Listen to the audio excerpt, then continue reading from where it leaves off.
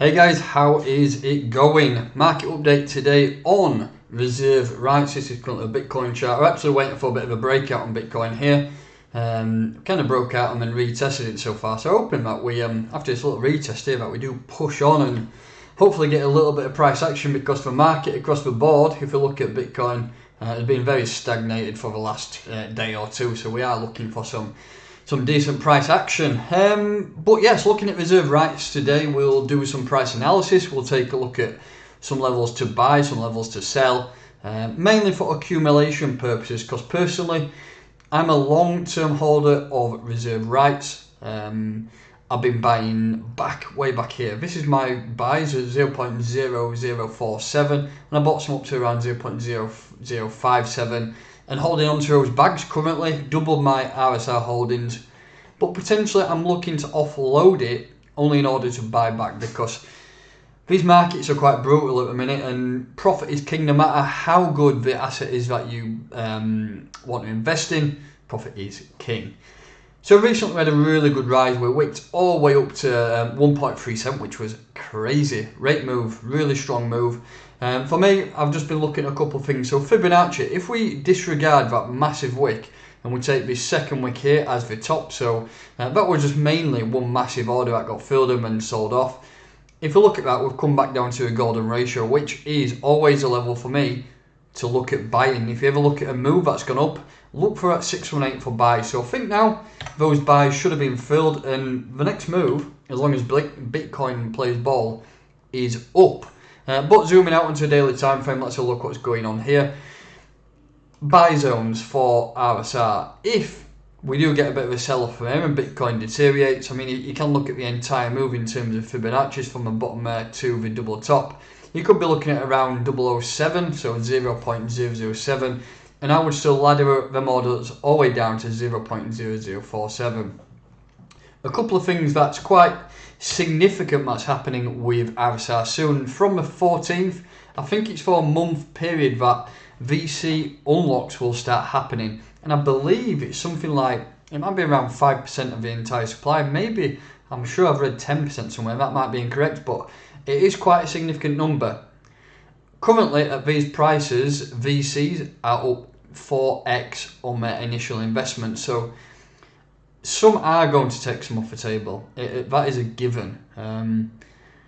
But for me, depends what goes on in the price across the market. If the price of the market pushes up, I'm expecting levels potentially up at these two regions to take profit, and I think that's where the VCs will take profit up there. They don't want to be selling for measly 4x here.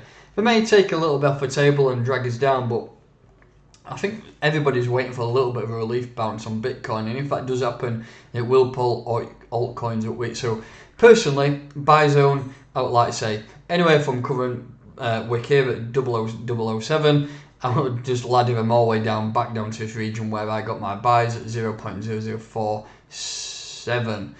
In terms of take profit regions, so I've got two major areas of take profit. We've got this area here, I've already got an alert set up at 0.16, so that's 1.6 cent. Major area of support here, if you look at that wick there, it was a decent level of support there, we bounced up, major support level there, and then it flipped round to resistance.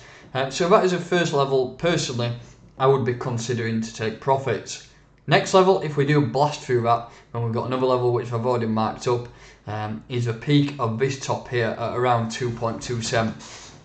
All my buys that I've got in from current prices down here are in sell orders at 0.022. Depends what the market does. If we get a breakout on Bitcoin which drags everything else up with it, I might look to take profit here, but it depends when it is. If it's after the 14th, 15th of June, then we might not get that rise, but we'll wait and see what happens across the board. For me though, and for you, profit should be king no matter how much you fundamentally like the asset. Personally though, just on the point of that, I will always keep a bag of RSR. I'm using probably 50% of my holdings to swing trade, so buying low and selling high. So if you manage to sell your RSR at one of these two levels, that's nothing to say it might not keep pushing up. So just be prepared for, if you do sell a part, that it's going to keep going up. Just be prepared for that. So don't use your entire bag to swing. You always, in my opinion, need a position there in case the cat gets lots out of a bag and it starts pushing up to these 5.9, 6 cent regions. I don't think it'll happen with the state of the market. In terms of retail investors, there's not much around, there's not much activity across the markets, there's not much liquidity. In that respect, things could pump hard if some big buys come in, but also things could also dump hard if some major sells come in, like VC unlock. So just be wary of that too.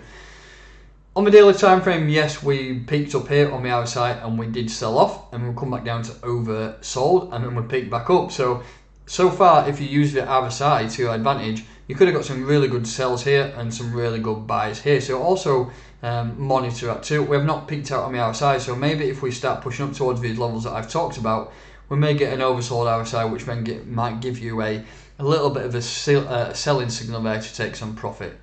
It's not always the best case, because usually when you're in all-time high mode, price can continue up, but we're not at that stage yet, so that's nothing to worry about.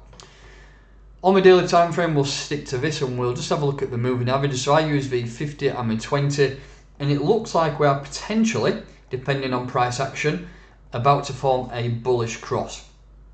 Might not always lead to something, because as you can see here, we formed a bullish cross, and it's usually a lagging indicator. I mean, if you look back here, we had the bounce on the 18th of July, and then the bullish cross happened on the 7th of August, so you're talking 3 weeks later, and then it went on to rally. Doesn't always work out, but like I say, I'm expecting a relief bounce on Bitcoin, which in tandem may sling altcoins up.